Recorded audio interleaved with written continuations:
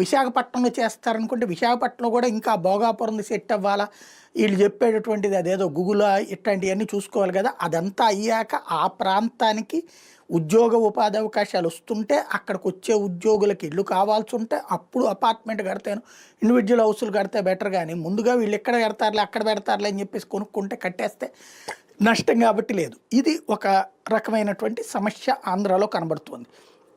రెండవది వ్యవసాయం. ఈసారి తాజా జాతీయ గణాంకాల ప్రకారం చూసుకుంటే టాప్ 5 ఇంక్రీజింగ్ అంటే వరి ఉత్పత్తిలో అత్యధికంగా ఉన్నటువంటి రాష్ట్రం కింద తెలంగాణ ఉంది భారతదేశంలో. అతి తక్కువ ప్రొడక్షన్ ఉన్నటువంటి రాష్ట్రాలలో అంటే లో ప్రొడక్షన్ ఉన్నటువంటి రాష్ట్రాల్లో మనం 2వ స్థానంలో ఉన్నాం.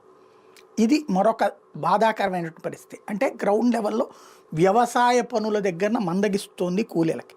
ఇప్పుడు మీరు చెప్పినటువంటి ఉపాధి హామీ కూలీలు అనేటటువంటి వాళ్ళు ఈ 2 పనులు లేనప్పుడు అంటే వ్యవసాయ పారిశ్రామిక కాదు, వ్యవసాయ భవన నిర్మాణ పనులు లేనప్పుడు ఖాళీగా ఉన్నటువంటి సందర్భంలో వాళ్ళకి పనులు కల్పించడమే ప్రభుత్వం చేయాల్సినటువంటి పని.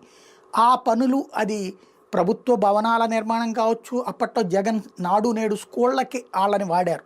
అట్లాగే ఇతరత్ర అంటే కాంట్రాక్టరే కట్టిస్తాడు. కానీ ఈ కూలీలకి